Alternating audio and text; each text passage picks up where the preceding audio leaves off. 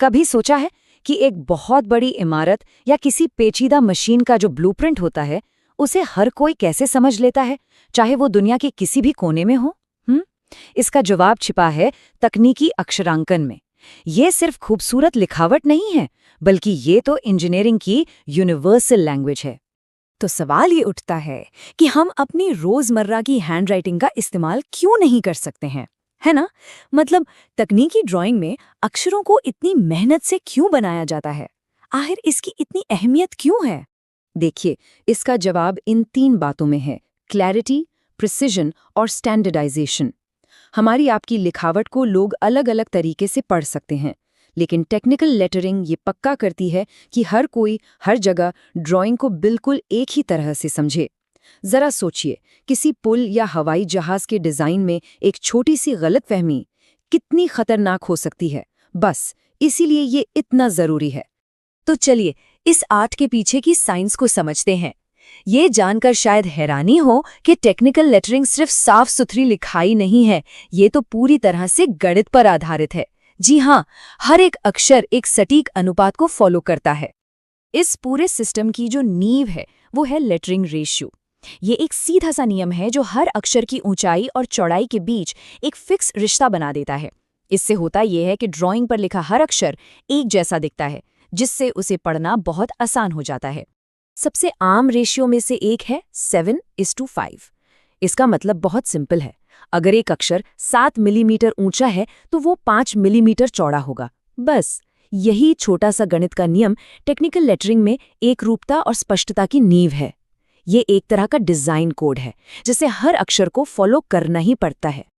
अच्छा, अब इस 7.5 रेशियो को असल में इस्तेमाल करने के लिए ड्राफ्टर्स एक ग्रिड का यूज करते हैं। ये ग्रिड एक अदृश्य गाइड की तरह काम करता है, जो ये पक्का करता है कि हर लाइन और हर कर्व अपनी सही जगह पर हो। कह सकते हैं कि ये एक अनदेखा ढांचा है जो हर अक्षर को उसका परफेक्ट आकार देता है। तो अब जब हम नियम समझ गए हैं, तो चलिए इसे बनाने के तरीकों पर आते हैं। पहली और सबसे आम तकनीक है सिंगल स्ट्रोक। और इसका नाम सिंगल स्ट्रोक क्यों पड़ा? क्योंकि अक्षर का हर हिस्सा, चाहे वो सीधी लाइन हो या घुमावदार, पेंसिल के एक ही लगातार स्ट्रोक से बनता है। इसका मकसद है रफ्तार और सफाई। इसे एल अक्षर के उदाहरण से समझते हैं। सबसे पहले एक हल्की पेंसिल जैसे 2H से गाइडलाइंस खींची जाती हैं ताकि ऊंचाई एक जैसी रहे। फिर एक HB पेंसिल से ऊपर से नीचे एक सीधा कॉन्फिडेंस स्ट्रोक। इसके बाद बाएं से दाएं एक और स्ट्रोक। गौर करने वाली बात यह है कि हर लाइन एक ही बार में बनाई गई है, बिना रुके या उस पर दोबारा पेंसिल चलाए। तो मतलब गाइडलाइंस तो बस एक फ्रेम देती हैं, लेकिन असली जादू उन फ्री हैंड स्ट्रोक्स में है। ये एक ऐसा हुनर है जो प्रैक्टिस के साथ आता है, जहां हाथ और आंखें मिलकर काम करना सीखते हैं ताकि हर लाइन एकदम साफ और एक जैसी बने। अब आते हैं एक और तकनीक पर, जो ज्यादा फॉर्मल और दमदार अक्षरों के लिए इस्तेमाल होती है, डबल स्ट्रोक। जैसा कि नाम से ही पता चल रहा है, इसमें फ्री हैंड स्ट्रोक नहीं होता, बल्कि अक्षर की आउटलाइन बनाई जाती है। इससे अक्षर ज्यादा मोटे और साफ दिखते हैं। चलिए पी अक्षर का उदाहरण लेते हैं। यहाँ फ्री हैंड काम नहीं करता, बल्कि हर हिस्से को ग्रिड के अंदर बड़ी सावधानी से बनाया जाता है। सीधी लाइनों के लिए रूलर और घुमावदार हिस्सों के लिए कंपास का इस्तेमाल होता है। ये लिखने से ज्यादा एक छोटी सी इंजीनियरिंग परियोजना जैसा लगता है। यही डबल स्ट्रोक तकनीक का सार है।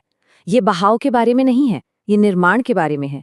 यहाँ सटीकता हाथ की स्थिरता से नहीं, बल्कि ग्रिड और सही उपकरणों के इस्तेमाल से आती है। ये दो बिल्कुल अलग अलग फिलॉसफी हैं, है ना? तो सवाल ये है कि कौन सी तकनीक कब इस्तेमाल करें?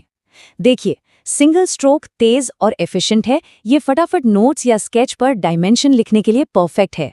वहीं दूसरी तरफ डबल स्ट्रोक में ज्यादा समय लगता है, लेकिन इसका नतीजा ज्यादा फॉर्मल और पढ़ने में आसान होता है, जो इसे ड्राइंग के टाइटल्स और जरूरी लेबल्स के लिए बढ़िया बनाता है। लेकिन चाहे सिंगल स्ट्रोक की स्पीड चुने या डबल स्ट्रोक की सटीकता, दोनों में एक बात कॉमन है। महारत हासिल करने के लिए प्रैक्टिस और बारीकियों पर ध्यान देना ही होगा।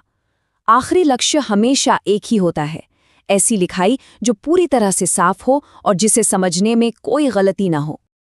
यहाँ एक प्रो टिप है। सारे अक्षर एक जैसे नहीं बने होते हैं, कुछ दूसरों से ज्यादा मुश्किल होते हैं, जैसे M और W।